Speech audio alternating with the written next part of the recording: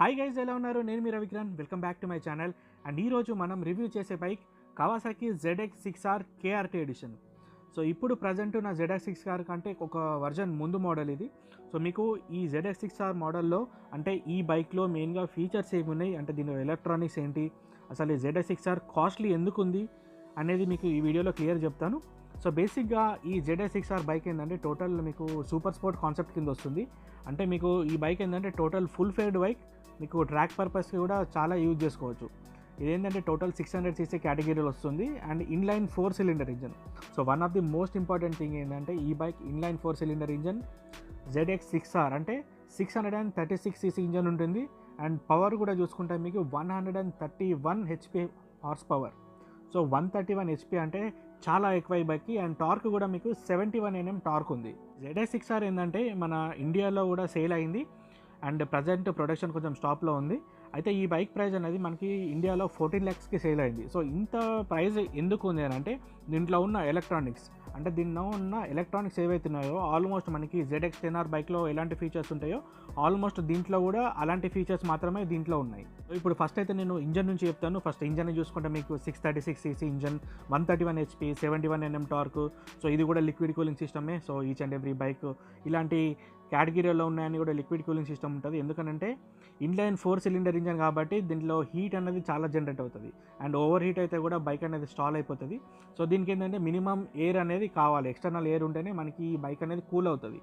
And ఇంకోటి కూడా additional ఏంటంటే దీంట్లో ఉన్న పవర్ 131 HP ఏదైతుందో ఈ పవర్ అనేది కూడా ఇంక్రీజ్ అవుతుంది. ఎందుకు అని అంటే మనకి ఇక్కడ పైన హెడ్ ల్యాంప్స్ ప్లేస్లో ఇక్కడ సెంటర్లో ఒక చిన్న డక్ట్ కనిపిస్తుంది కదా, అది ర్యామ్ ఎయిర్ ఇంటేక్ అనమాట. సో అక్కడ నుండి ఎయిర్ అనేది డైరెక్ట్ ఇంజన్ దగ్గరికి వెళ్తుంది. వెళ్ళినప్పుడు మీకు 6 HP అనేది పెరుగుతుంది. సో 131 నుంచి 137 HP వరకు మనకి ఇంక్రీజ్ అవుతుంది. సో ఇది ఒక డిఫరెంట్ థింగ్. ఎందుకనంటే ఇప్పుడు ఇలాంటి బైక్స్ అంటే ఈ ZX6 కానీ ZX10R కానీ ఏవైనా కానీ బైక్స్కి మనకి ర్యామ్ మౌంట్స్ ఉంటే మనకి దాంట్లో ఏమవుతుంది అంటే మీకు పవర్ అనేది ఇంక్రీజ్ అయిపోతుంది. సో పవర్ ఇంక్రీజ్ అయినప్పుడు మీకు హై స్పీడ్ వెళ్ళినప్పుడు పర్ఫార్మెన్స్ అనేది చాలా వస్తుంది. సో టెక్నికల్గా ఇలాంటి బైక్స్ చెప్పాలంటే మీకు రియల్ టైం కంటే మీకు క్లియర్గా ఇప్పుడు ఎక్స్ప్లెయిన్ అయితే చేస్తాను. నేను ట్రై చేస్తాను ఎంత మట్టికి అయితే మీకు ఎక్స్ప్లెయిన్ చేయడానికి. సో ఓవరాల్ ఒకవేళ మీరు డిజైన్ చూసుకుంటే కూడా టోటల్ లీనింగ్ యాంగిల్ ఉంటుంది ఇది. సో ఈ లీడింగ్ యాంగిల్లో ఏంటంటే మీరు టోటల్ డెడికేటెడ్ రైడింగ్ పొజిషన్లో ఉంటారు. సో అంటే మనకు ట్రాక్ మీద రైడ్ చేసినప్పుడు మనకి స్పీడ్స్ అంటే అబౌట్ 200 స్పీడ్స్ కూడా మనం ట్యాకిల్ చేసేంత స్పీడ్స్కి మనకి ఎలా అయితే ఏరోడైనమిక్స్ కావాలో సో అలాగా ఈ బైక్ని అయితే డిజైన్ చేశారు. ఒకవేళ ఇప్పుడు మనం మెయిన్ ఫ్రంట్ డిజైన్ నుంచి చూసుకుంటే ఫ్రంట్ మనకి డ్యూయల్ హెడ్ ల్యాంప్స్ ఉంటాయి అండ్ ఈ సెంటర్లో నేను ఇందాక చెప్పాను కదా, ఈ సెంటర్లో ఉన్నది మనకి ర్యామ్ ఎయిర్ ఇంటేక్. సో ఇక్కడ నుండి ఎయిర్ అనేది మనకి స్ట్రైట్ ఇంజన్ దగ్గరికి వెళ్తుంది. సో అక్కడ మీకు కంబషన్ అనేది కొంచెం ఎక్కువ అవుతుంది, అప్పుడు మీకు పవర్ అనేది ఇంక్రీజ్ అవుతుంది. అండ్ కంపెనీ నుంచి ఇచ్చిన విండ్స్క్రీన్ కాకుండా ఒకవేళ మీరు డబుల్ బబర్ వైజర్స్ అలాంటివి వేసుకుంటే మీకు ఇంకా ఏరోడైనమిక్స్ పెరిగి ఇంకా కొంచెం స్పీడ్ ఎక్కువ వెళ్ళడానికి యూజ్ అవుతుంది. అండ్ బాటంలో చూసుకుంటే మీకు ఇక్కడ సస్పెన్షన్ ఉంది కదా, సో ఈ సస్పెన్షన్ కూడా ఏంటంటే SFF సపరేట్ ఫంక్షన్ ఫోక్స్ ఇవి. ఈ సస్పెన్షన్ ఏంటంటే మనం అడ్జస్ట్ చేసుకోవచ్చు. అంటే మనం స్టార్టింగే ఒక ఇన్పుట్ ఇచ్చేసి మనకి సస్పెన్షన్ని హార్డా సాఫ్టా చేసుకోవడానికి ఉంటుంది. ప్లస్ దాంట్లో లిమిటెడ్ స్ప్రింగ్స్ ఉంటాయి. సో టోటలీ డిఫరెంట్ నార్మల్ బైక్స్కి ఈ బైక్స్కి చూసుకుంటే దీంట్లో ఉన్న అంటే ఆ సస్పెన్షన్ చూడడానికి నార్మల్ USDగా అనిపిస్తుంది కానీ దాని లోపల ఫంక్షన్స్ అనేవి టోటల్లీ డిఫరెంట్. అండ్ ఇప్పుడు ఒకవేళ బ్రేకింగ్ దగ్గర చూసుకున్నా కూడా దీనికి మనకి నిస్సెన్ క్యాలిపర్స్ ఉన్నాయి, monoblock radially mounted callipers. So మీకు ఇలాంటి రేడియల్ మౌంటెడ్ మోనోబ్లాక్ క్యాలిపర్స్ ఏమైనా కానీ ఇలా ఉంటే మీకు బ్రేకింగ్ బైట్ అనేది ఎక్కువ ఉంటుంది. సో ఎంత అంటే మీరు హై స్పీడ్స్ అంటే అబౌవ్ 200, 220 అంత స్పీడ్లో కూడా బ్రేక్ చేసినప్పుడు కూడా మీకు ఈ బ్రేకింగ్ బైట్ అయితే ఉంటుందో ఆ బైట్ అనేది మనకి ఎక్కువగా అనిపిస్తుంది. అండ్ దీనికి ఆల్రెడీ పెట్రోల్ డిస్క్ వచ్చింది కాబట్టి మనకి హీట్ డిసిపేషన్ అనేది ఎక్కువ పెరుగుతుంది. So that is quite common. And దీనికి ట్రాక్షన్ కంట్రోల్ కూడా ఉంది. అండ్ ఇప్పుడు ఒకవేళ క్లచ్ దగ్గరికి వస్తే మీకు అసిస్టెంట్ స్లీపర్ క్లచ్ ఉంది, మీకు క్విక్ షిఫ్టర్ ఉంటుంది ఈ బైక్లో. అండ్ గేర్స్ కూడా 6 speed transmission, 1 down 5 up. So మీరు ఫాస్ట్కి వెళ్ళి గేర్స్ కూడా ఒకవేళ డౌన్ చేసినప్పుడు వీల్ కూడా లాక్ కాదు, సో స్లీపర్ క్లచ్ తోటి. అండ్ ఇంకోటి ఏంటంటే మీకు వితౌట్ క్లచ్ కూడా మీరు గేర్స్ అన్నీ అప్ షిఫ్ట్ చేయొచ్చు, డౌన్ షిఫ్ట్ చేయొచ్చు. అండ్ రియర్ సైడ్ చూసుకుంటే మీకు రియర్ కూడా same ABS dual channel ABS ఉంది. అండ్ ఎగ్జాస్ట్ కూడా side mounted exhaust. If you can't మీరు బయట ఏదైనా ఎగ్జాస్ట్ వేసుకోవాలంటే కూడా వేసుకోవచ్చు. So that is totally me choice. And ఇప్పుడు ఒకవేళ రియర్ సస్పెన్షన్ చూసుకుంటే ఈ రియర్ సస్పెన్షన్ కూడా టోటల్లీ అడ్జస్టబుల్. ఇది ఏంటంటే మీకు unit track with gas shock absorbers అనమాట. మీకు దీంట్లో కంప్రెస్డ్ అండ్ రీబౌండ్ డాంపింగ్ ఉంటుంది. సో ఇవి ఏంటంటే ఈ రీబౌండ్, కంప్రెషన్, ఈ SFF ఇవన్నీ కూడా ఈ టర్మ్స్ ఏంటంటే రేస్లో ఎక్కువ వాడతారనమాట ఇలాంటి టర్మ్స్ అన్నీ. మళ్ళీ ట్రాక్ ఫోకస్డ్ కాబట్టి ఈచ్ అండ్ ఎవ్రీ ట్రాక్కి రోడ్ ఎలా ఉంటుంది, రోడ్కి తగ్గట్టు మనకి బైక్ అనేది మనం అడాప్ట్ చేసుకోవచ్చు. ఇప్పుడు టైల్ సెక్షన్ చూసినా కూడా టైల్ సెక్షన్ కూడా all LED. So single person అయితే కూర్చోడానికైతే ఇది యాక్చువల్లీ బెస్ట్, ఎందుకంటే ట్రాక్ ఫోకస్డ్ బైక్ కాబట్టి. నెక్స్ట్ ఏంటంటే దీని fuel tank. So fuel tank ఈ కవాసాకి ZX6Rలో మీకు 17 లీటర్ ఫ్యూయల్ ట్యాంక్ ఉంది. సో 17 లీటర్ ఫ్యూయల్ ట్యాంక్ అంటే చాలా ఎక్కువ, బట్ మైలేజ్ అనేది తక్కువ ఉంటుంది. ఆఫ్ కోర్స్ ఇది మనకి స్పోర్ట్స్ బైక్ కాబట్టి తక్కువ ఉంటుంది.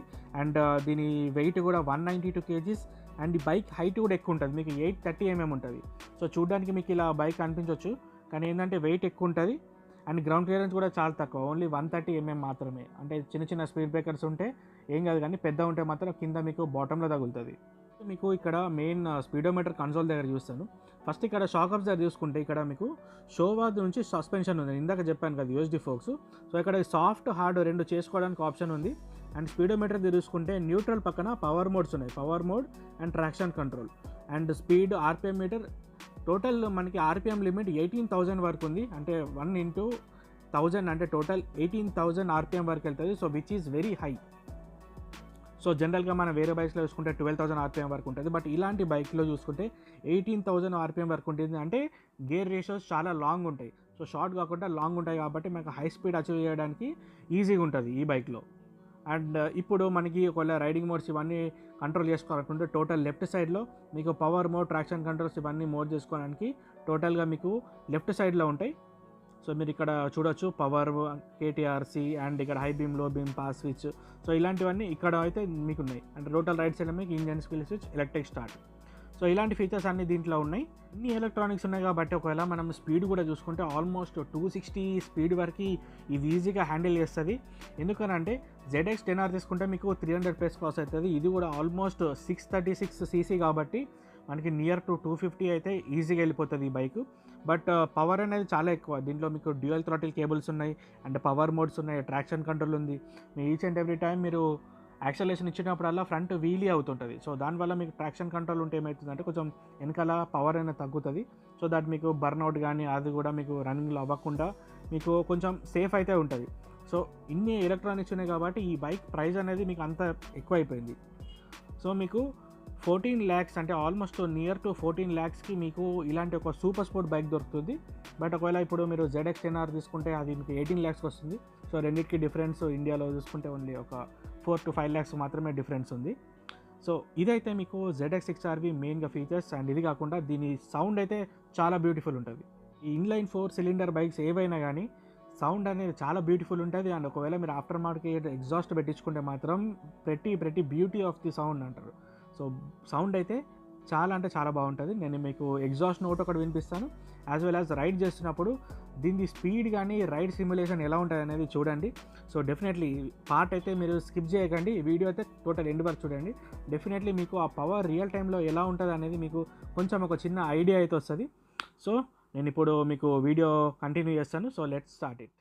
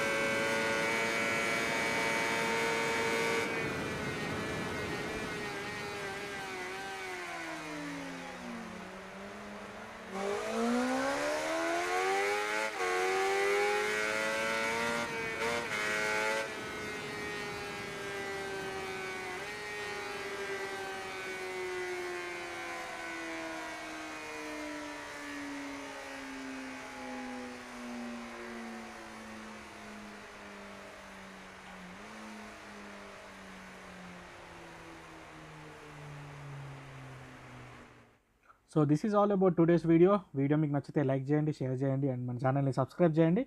సో మళ్ళీ నెక్స్ట్ వీడియో కలుద్దాం. అంతవరకు bye. This is Ravikiran signing of.